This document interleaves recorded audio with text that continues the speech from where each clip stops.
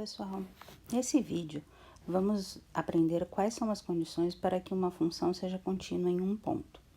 Bom, para que a função seja contínua em x igual a x0, primeiro ela precisa estar definida em x0, ou seja, f de x0 precisa existir. Além disso, o limite à direita de x0 da f de x deve ser igual ao limite à esquerda de f de x quando x tende a x0. Ou seja, o limite de f de x, quando x tende a x0, deve existir. A terceira condição é que esse limite da f de x, quando x tende a x0, deve ser igual ao f de x0. Se uma dessas três condições não for satisfeita, nós dizemos que a função é descontínua em x0. Vamos ver um exemplo, então. Observe a função f de x. Observe que x igual a 1 não pertence ao domínio da nossa função f, certo? Se x igual a 1 não pertence ao domínio da função f, nós podemos dizer que f de x não é contínua em x igual a 1. Vamos analisar agora a função g de x. A função g de x, ela é definida por partes.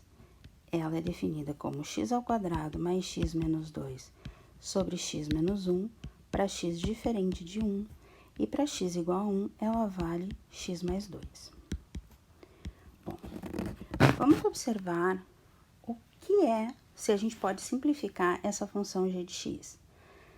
x² mais x menos 2 tem como raízes x igual a 1 e x igual a menos 2. Observe, produto menos 2, soma menos 1.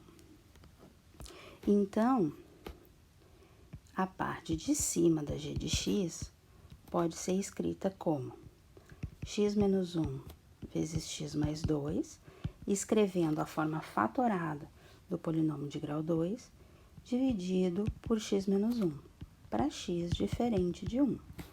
O x menos 1 cancela com x menos 1. E x mais 2 para x igual a 1.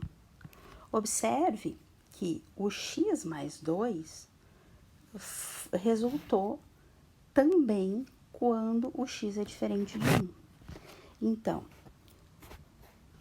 para analisarmos se essa função g de x é contínua, nós precisamos saber se ela está definida em x igual a 1. Então, a condição 1 é: existe g de 1? Podemos responder que sim. G de 1 vale 1 mais 2, que é 3. Segunda pergunta: qual é o limite de f de x quando x tende a 1? Bom, quando x é diferente de 1, a função vale x mais 2. Ou seja, esse limite vale 3.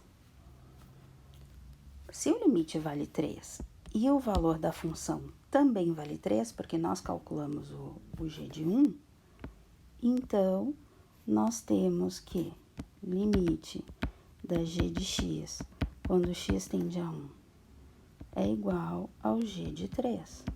Tudo vale 3. Portanto, g de x é contínua em x igual a 1. Observem esse gráfico nessa reta que eu coloquei aqui do lado para vocês. Esse gráfico, ele representa a reta x mais 2, que é o resultado do gráfico da função f de x quando o x igual a 1 não está definido. Por isso, no gráfico, nós temos esse vazio aqui no x igual a 1. Então, esse seria o gráfico da função f de x. O gráfico da função g de x é o mesmo, porém, esse pontinho que está aberto aqui no gráfico ficaria fechado. Seria o próprio gráfico da reta x mais 2. É isso, pessoal. Até o próximo vídeo.